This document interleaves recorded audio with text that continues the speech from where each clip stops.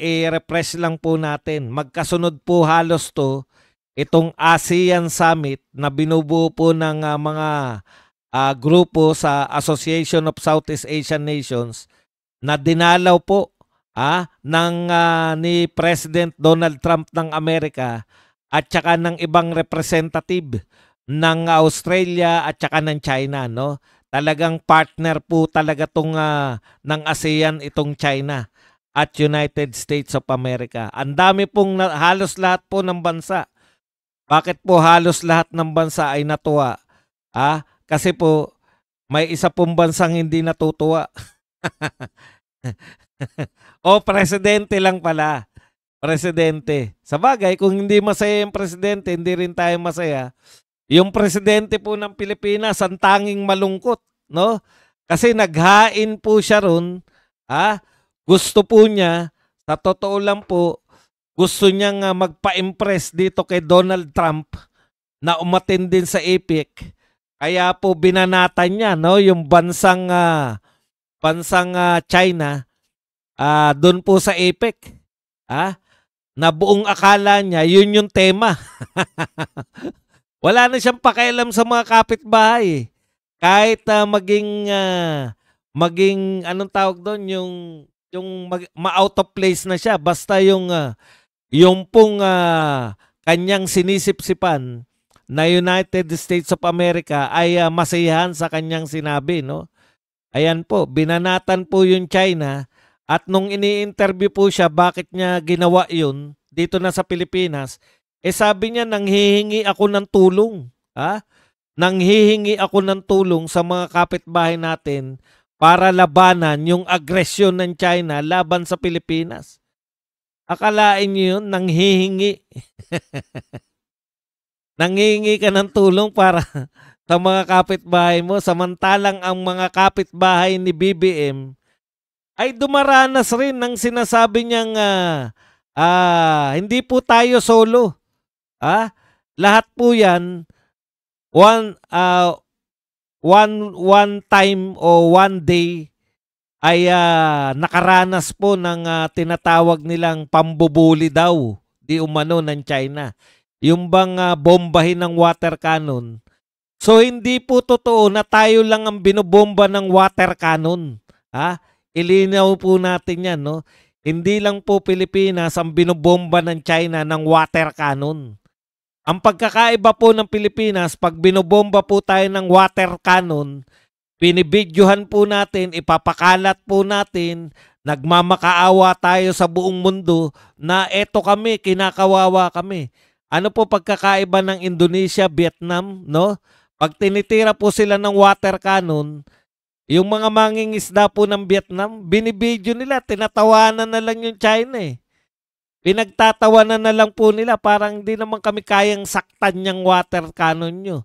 At sa ibang instances po, yung Indonesia at Vietnam, nakikipagbanatan. Gumaganti ng water cannon. Kasi alam nyo po, very diplomatic. Kaya po water cannon lang dahil ayaw din naman ng China na magkaroon ng digmaan. Yung water cannon po, hindi po consider yan na armed weapon na pinantitira sa atin, no? Simple lang. Kaibigan pa rin ng mga bansang gumaganti. Tayo po, ni walang water cannon yung mga ano natin. Ilang beses na tayong winater cannon, binibidyohan lang natin. Pinantatapat lang natin sa water cannon ay video. Samantalang yung mga kapitbahay natin. Ngayon, dahil nagmamakaawa tayo, di ba? Tulungan. Lagi pong tulungan yung Pilipinas ng iba't ibang bansa. Hindi ba natin kayang ipagtanggol ang ating bansa? Paano na kung hindi na po water cannon? Paano kung lumulusob? Di aasa naman tayo. May kasunduan tayo sa Amerika eh. Kaya po, yung purpose po ng pagbanat ni BBM, akala niya mayroon siya magiging kakampi. Di binara siya ng di ba? Binara siya ng mga kapwa niya leader dun. Na wag mong idamay yung buong ASEAN dyan sa Kung ano mang meron kayo ng China, ayusin yung dalawa. Yun lang naman po yun eh. Bilateral. Wala pa nga pong sinakop na... Okay.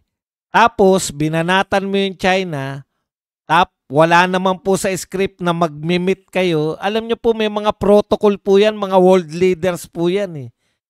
Yung mga aid ninyo, yung mga aid po ng mga world leaders, sila po mag-uusap-usap kung magkakaroon ng side meeting.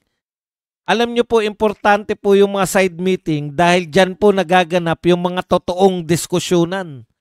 Ito pong APEC parang pagpapakita na okay, meron silang central agenda na susundin ng lahat ng mga member. Pero ang importante po dyan, yung leader ng mga bansa, sasamantalahin niya, nariyan po lahat eh. Kasi po pag kailan nyo po mamimit yung mga kapwa nyo leader, pag mga may state visit, matagal pong preparasyon yun. Iimbitahin ka. Samantalang nariyan. Kaya ang ginagawa po ng mga leader, ginagawa po nila yan, yung mga APEC Summit, ASEAN Summit, United Nations meeting, may mga side meeting po sila. At doon po nagkakasundo katulad po ng ginawa ng USA ni Donald Trump, no? With China at with South Korea. Nakapag-secure sila. Ibig sabihin, ikaw na a-attend ka, mayroon kang agenda doon. Bakit ka umattend doon? No? Kaya yun yung pupursigihin mo. Kinakailangan ma-meeting ko to si Donald Trump. Political propaganda man ito o totoo, dapat meron kang mga side meeting na ganun. Tanong, ilan po ang na-meet ni BBM na mga leaders ng iba't ibang bansa para magkaroon tayo ng kasunduan? Ilan po ang na-meet ni BBM? 0. Wala. Nada.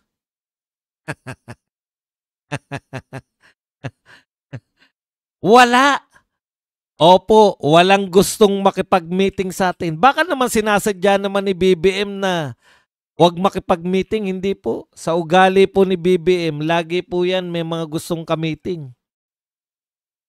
Kaya ano po na iuwi ni BBM? Picture na nakasama siya ron. Nasa pinakadulo siya.